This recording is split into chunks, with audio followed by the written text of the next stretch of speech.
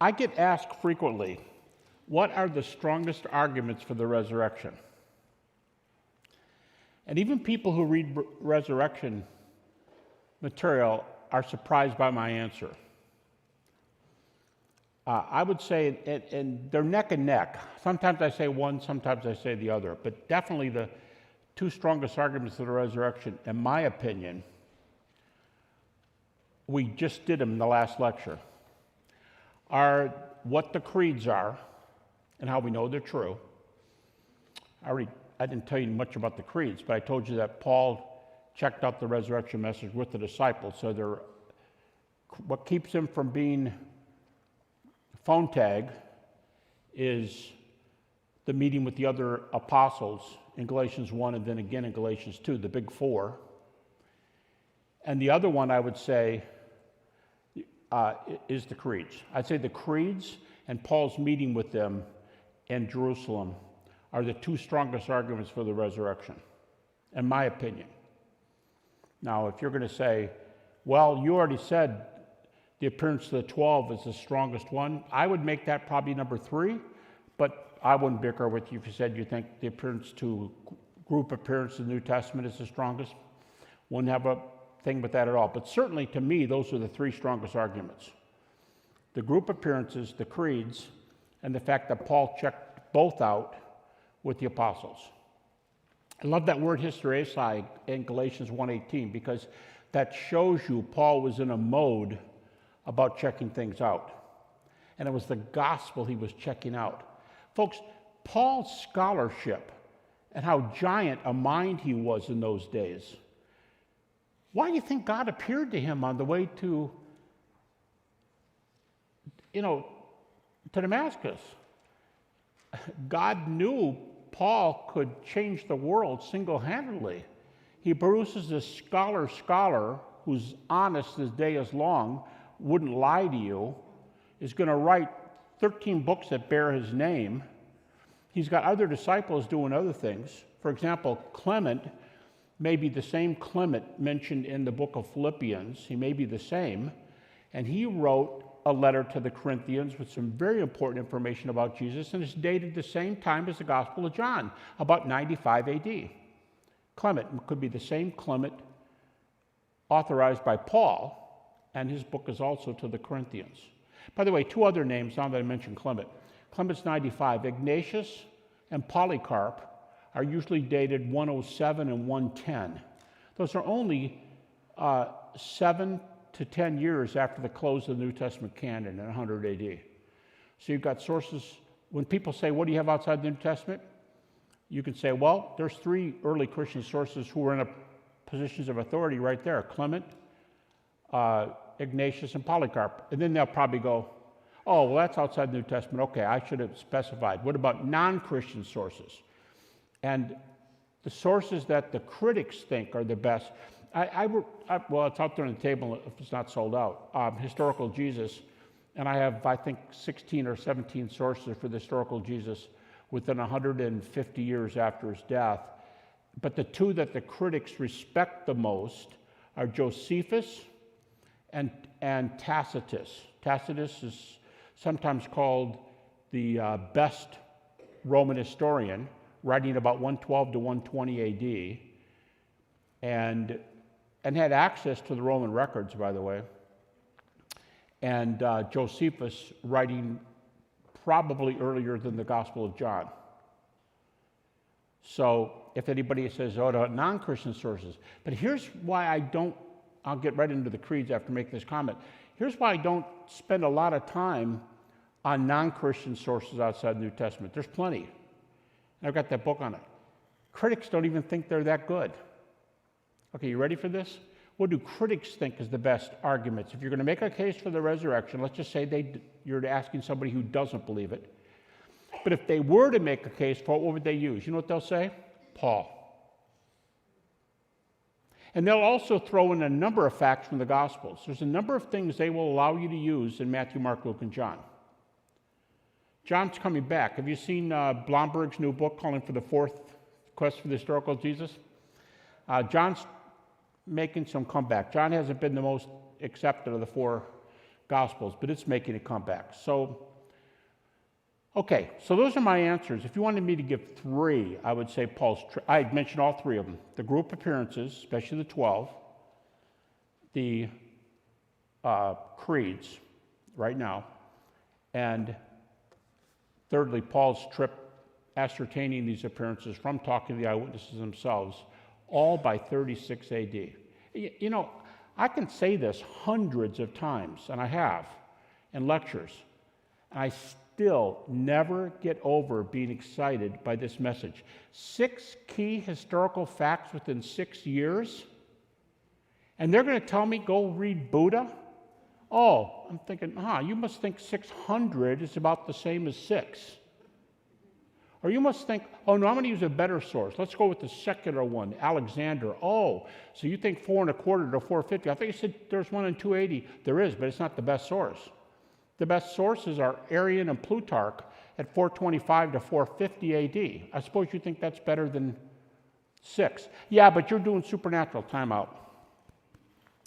By the way, I did this in a debate with one of the 2 or 3 best-known atheists, not Bart Ehrman, but one of the 2 or 3 best-known atheist guys who don't like Christian apologists. And when he said that in the debate, it was a dialogue back and forth. It's Michael Cohen and I against this guy and another atheist. And he said, well, there's no supernatural world. There's no such thing as a supernatural world. And I said, time out. Let's talk about NDEs. Do you know what he said? It's on tape. You know what he said? He goes, I don't want to discuss NDEs. I said, I'll bet you don't. If I were you, I wouldn't want to discuss NDEs either because it sure ruins your worldview. It really does. They say there's no other world? Then you tell me what happens. Okay, so I'd say those are the 3 best. Trip to Jerusalem, for Paul, the early creeds, and group appearances, I'd make third. Okay, let's talk about the creeds. What are these things? All right, and I suppose, I'm not a linguist, but I suppose in every language there are such things as creeds. And we often use them to teach preschoolers the alphabet, whatever language they're using, and we teach them to do the alphabet and their own language. We teach them little ditties. Now in English, here's some secular ones. Jack and Jill went up the hill to fetch a pail of water. That's a creed. Here's another one. Row, row, row your boat gently down the stream. Okay, 2 secular ones. Here's another one. Some creeds in the New Testament are hymns. They were sung. Well, how about this secular one? A, B, C, D, E, F, G. Remember that one? Because when you put notes to it, you learn it faster. And these little kids who are learning that can't sign their names, but they can learn the alphabet. Maybe they're 3 years old, 4 years old, and you teach them A, B, C, D, E, F, G. Those are secular examples. Here's Christian examples. Amazing grace, how sweet the sound that saved a wretch like me. I once was lost, but now I'm found, was blind, but now I see. Can a 4-year-old sing that and not be able to write his or her name? Yes, they can. That's a creed. That's a creed done to song. And Colossians 1 and Philippians 2 are most likely sung creeds. Okay, what's a creed?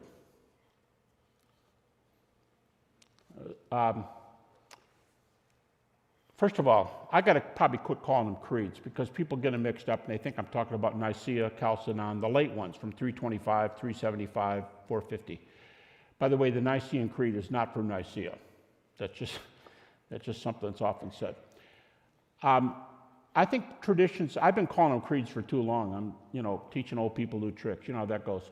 Probably traditions is the better word, but they mean the same thing. I now in my publishing, I call them creedal traditions. So this could be traditions. They're the answer to the question, what did the earliest church do? Remember my line here? What did the earliest church do before 1 Thessalonians was written?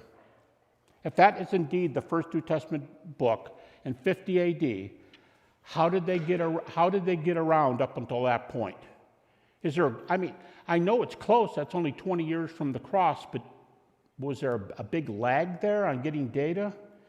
No, the answer to it is having the 6 facts. The disciples running around talking about it, eyewitnesses. James running around talking about it, eyewitness.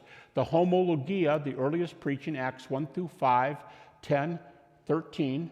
Other passages sometimes put in there, Acts 17, Pauline, sometimes put in there. So we have a track record on these things, and that's how they filled in the space from 30 to 50. Now the 6 gets you up to about 36 AD, max. Could be 35. Okay. And these are in the New Testament books. I said there's dozens of them, and they're often referred to as pre-Pauline. Now, let me make a distinction. There's 2 kinds of pre-Pauline. Sometimes pre-Pauline means it predates 1 Thessalonians. Sometimes pre-Pauline means these creeds are between the cross. They can't be before the cross because there's no report of resurrection. So they have to be between 30 and 50 AD. But there's a second meaning of pre-Pauline. This is even the more evidential ones. Those are the ones that Paul apparently knew when he was left for Damascus. He left for Damascus. Which creeds did he know? Bart Ehrman says he knew a lot of them, a whole lot of them, that he writes before he was converted. That's really in the big resurrection book, I already gave the copy to Randy. I owed it to him because I told you he reviewed 2 chapters. I differentiate. I call them pre-Pauline 1 and pre-Pauline 2. Pre-Pauline 1 is up to Paul, up to, let's say, 30 to 36. And pre-Pauline 2 is 36 to 40. 36 to 50, 1 Thessalonians. Now let me make a confession. Somebody says, how do you date those creeds? You can't date them specifically. We know they're after 30, and we know they're before 50.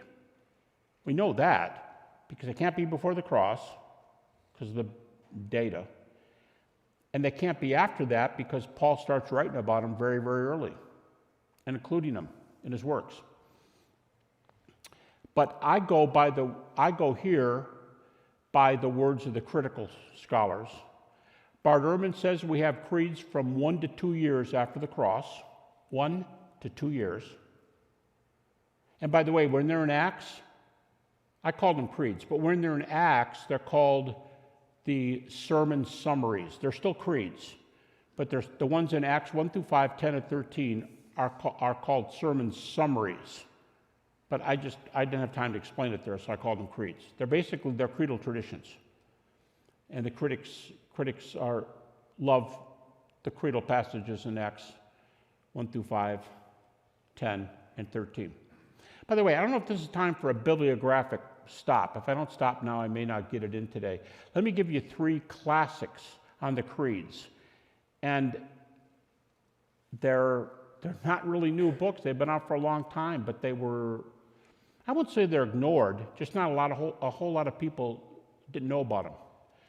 On the Acts sermon summaries, one of the very best sources is by C.H. Dodd, not a conservative. He's probably a moderate plus, a little bit more than an average moderate, but he was a New Testament professor at Cambridge.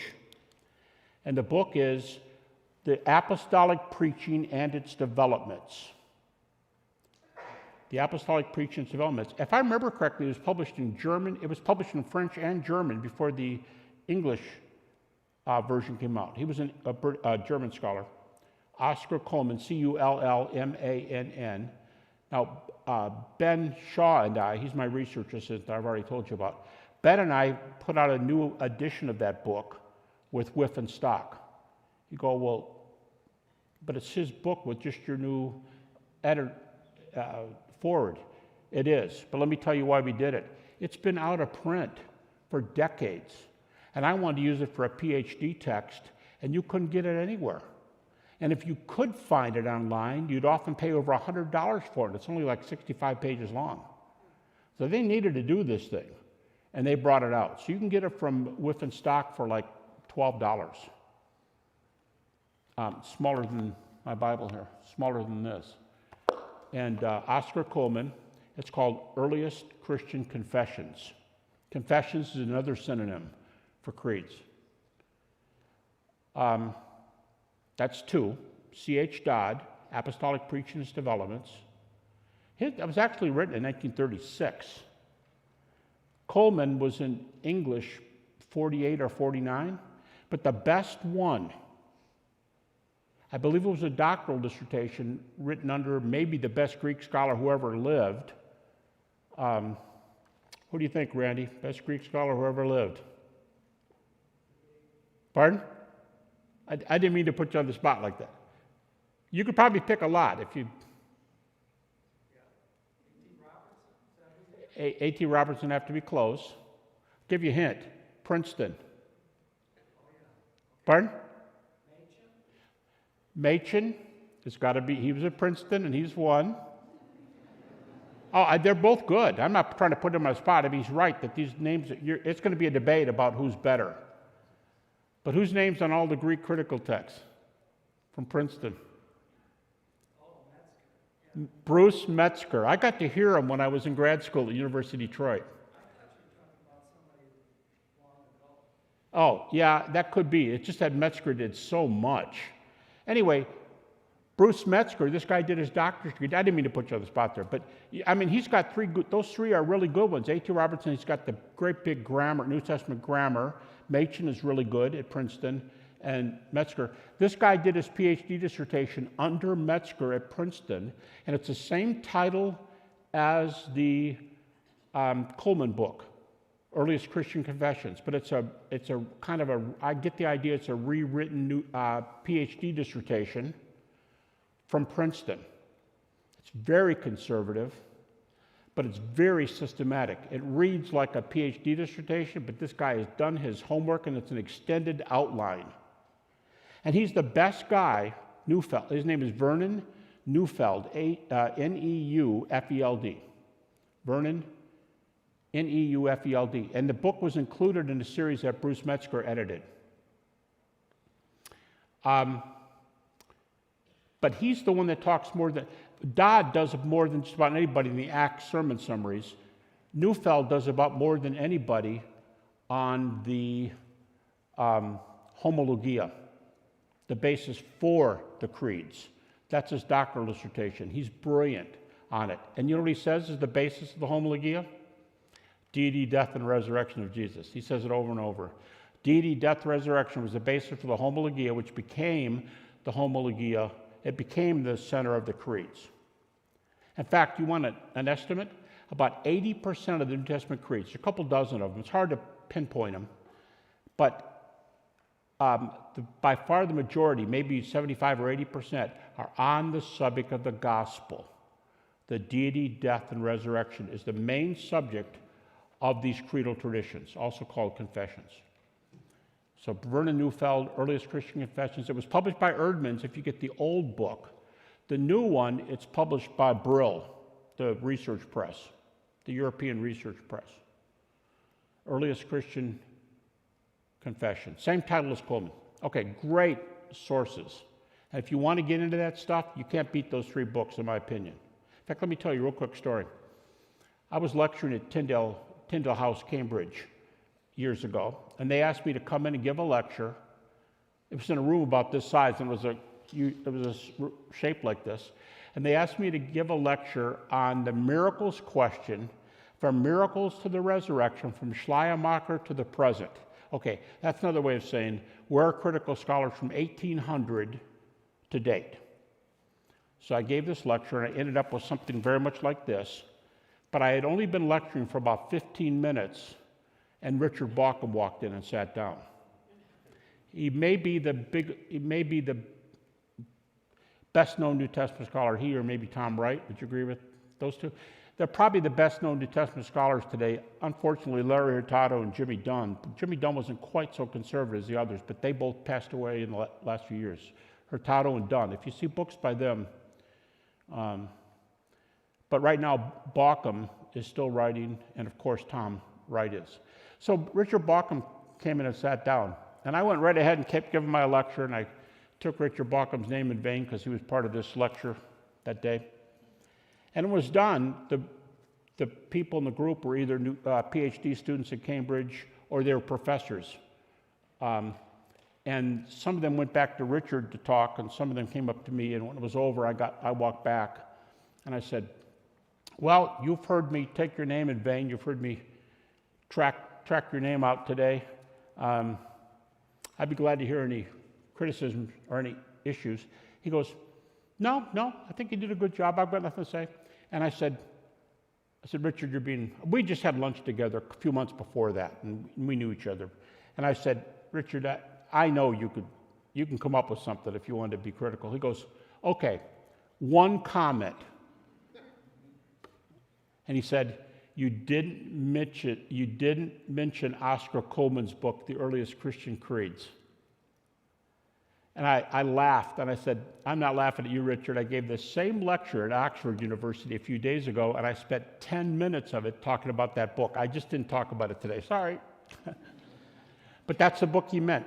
It's like 64 pages long. And that's the one he still wanted to talk about. And the book's from the late 40s. That's how influential these are, that he would even say that as the best text out there. Okay, so away from my bibliography and back to this, I said 2 senses of pre-Pauline. You go, well, how do you date them? You can't date the creeds except to say 30 to 50, except that critics, if you know where to look, Bart Ehrman says several of them are 1 to 2 years. Garrett Ludeman, the atheist New Testament scholar, said they started preaching it immediately. The Jesus Seminar said that the 1 Corinthians 15:3 and following was already in existence when Paul took off for Damascus. So I go by their dates. I use their dates. Okay. Here's some types. I just mentioned hymns. Sermon summaries are from the book of Acts. This is about the 5th time I've said this, but I'll say it again. Acts 1 through 5, 10, and 13 are the best known ones. 1 through 5 and 10 are Petrine. Peter is the speaker. 13 is Pauline. There's other ones that other people put in, but those are the most solid ones, sermon summaries. And they're all brief statements. And you're probably going to ask, how do we know these things? Well, first of all, let's look at Oscar Coleman's book. Here is how the creeds were used in the early church. They were used in baptism, in worship. Get this one, exorcism. Persecution, that's the one where Paul says, critics don't like 1 Timothy for Paul, but that's where Paul said Jesus was faithful and gave the good testimony before Pilate, and we should give the good testimony when we're in those times too. Persecution. An anti-heresy polemic. What's the source he uses? 1 Corinthians 15:3. And he goes all the way to 8. Paul adds his own testimony in verse 8. 8 is not part of the creed. Verse 8. But that's where Paul gives his eyewitness testimony. That's Coleman. How do you identify creeds? Well, first of all, you got to, I already asked Randy a question, didn't mean to, but ask a guy like Randy. Seriously, if you want to know how to identify the creeds, get a degree in Greek.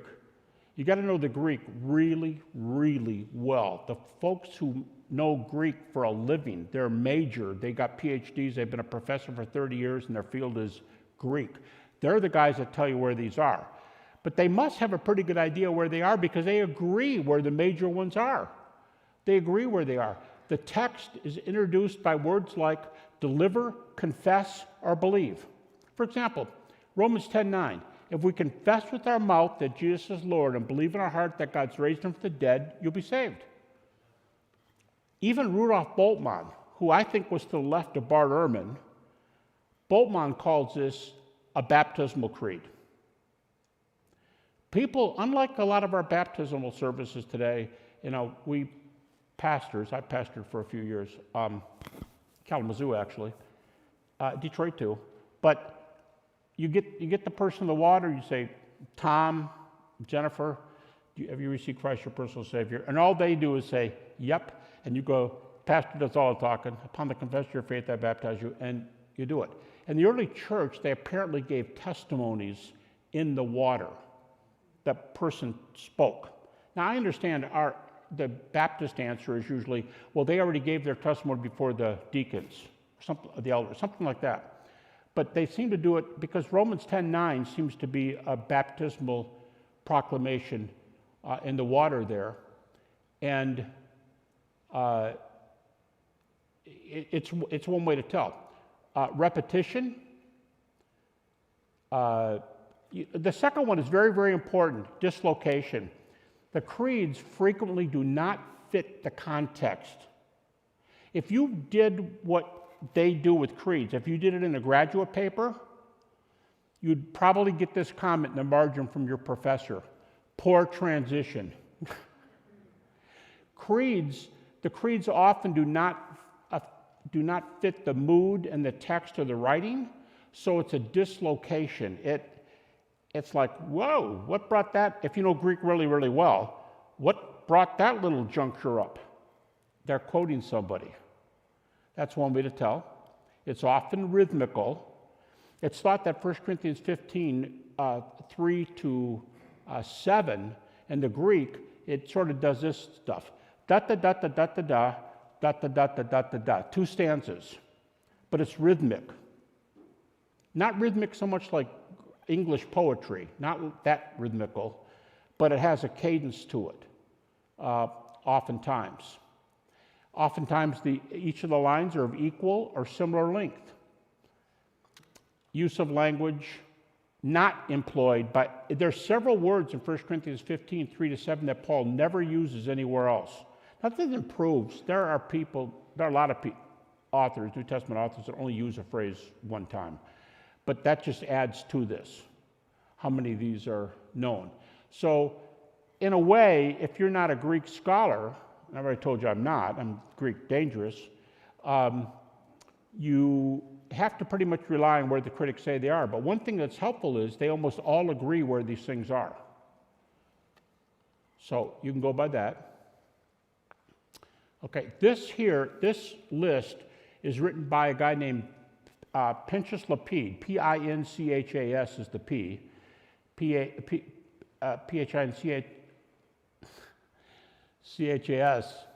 I misspelled it, P-I-N-C-H-S, Leed. He's a Jewish, non-Christian scholar who has a PhD in New Testament. I heard him say he's one of only 4 in the world. Non-Christian Jewish scholars who have PhDs in New Testament. And he took it at a German university, and he lists all these reasons for believing 1 Corinthians 15, 3 and following is a creed. And I'll just let you look down that list because they're some of the same reasons I just gave. But notice he says, 1 Corinthians 15, 3 to 7 is so tight and so good, he says it should be considered the work of eyewitnesses. That's Leed, and he's not a Christian. Now, he's deceased, but I'm just saying at the time he wrote this, he wasn't a Christian. And you might say, well, if he admits all this, why doesn't he become a Christian? Do you know what? He believed that Jesus was raised from the dead and really appeared. Go, okay, I just repeat my question. Why did he become a Christian? Because he held a view that's real common among university-trained Jewish scholars. He holds the view, it's really, if you haven't heard this, it's really interesting.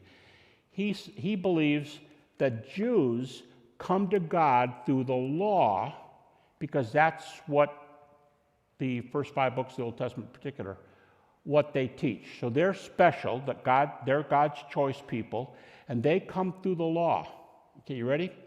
Everybody else comes through Jesus Christ. It's incredible. Now, he didn't include himself, but he thinks other people, you know why?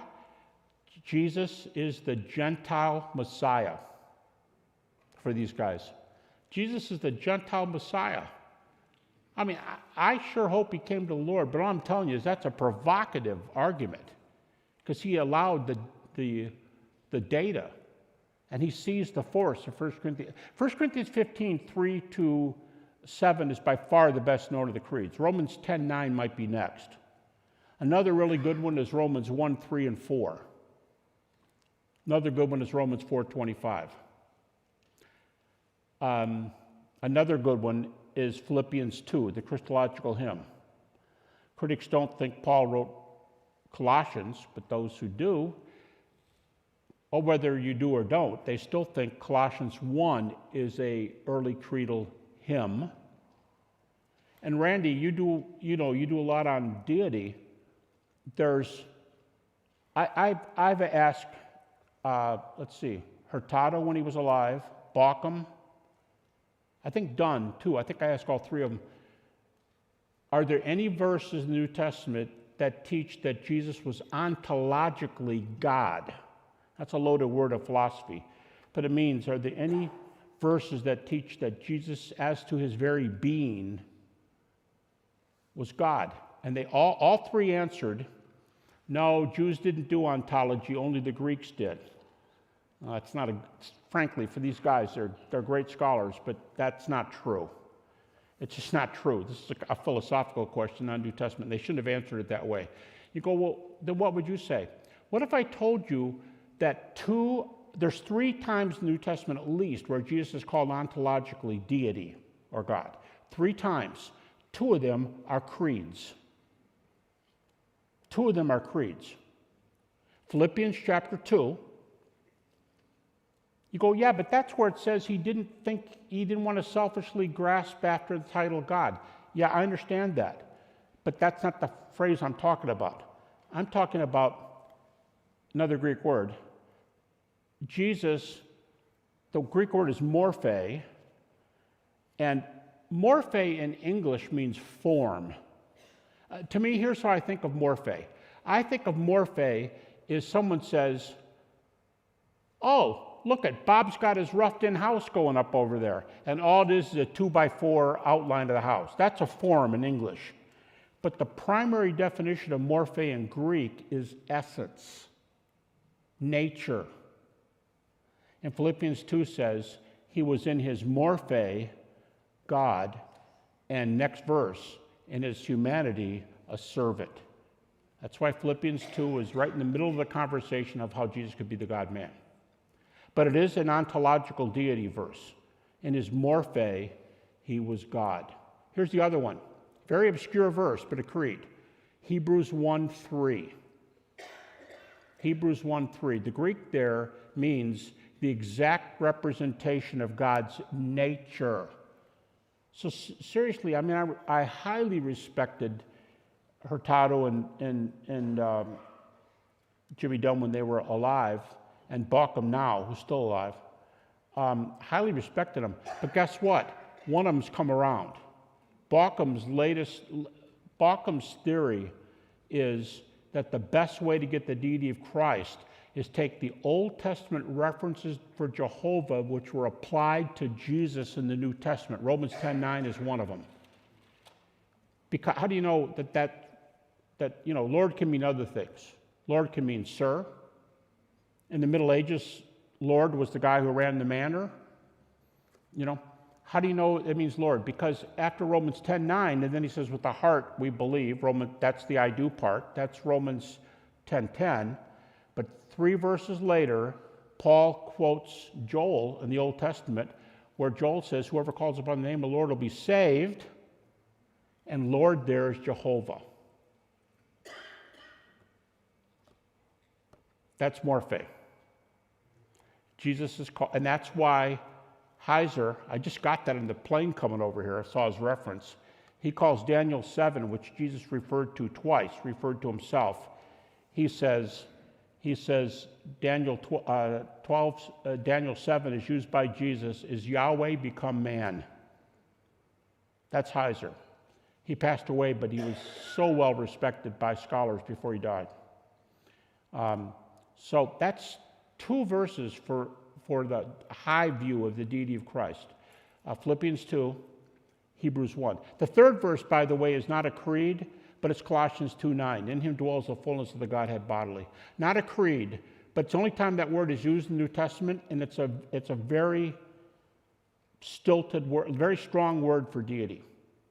Romans 10:9. And Paul says he was that while he was in a human body. In him dwells the fullness of the Godhead body. Now, he's probably talking present tense in heaven, but the Orthodox view is Jesus still has his body. Okay.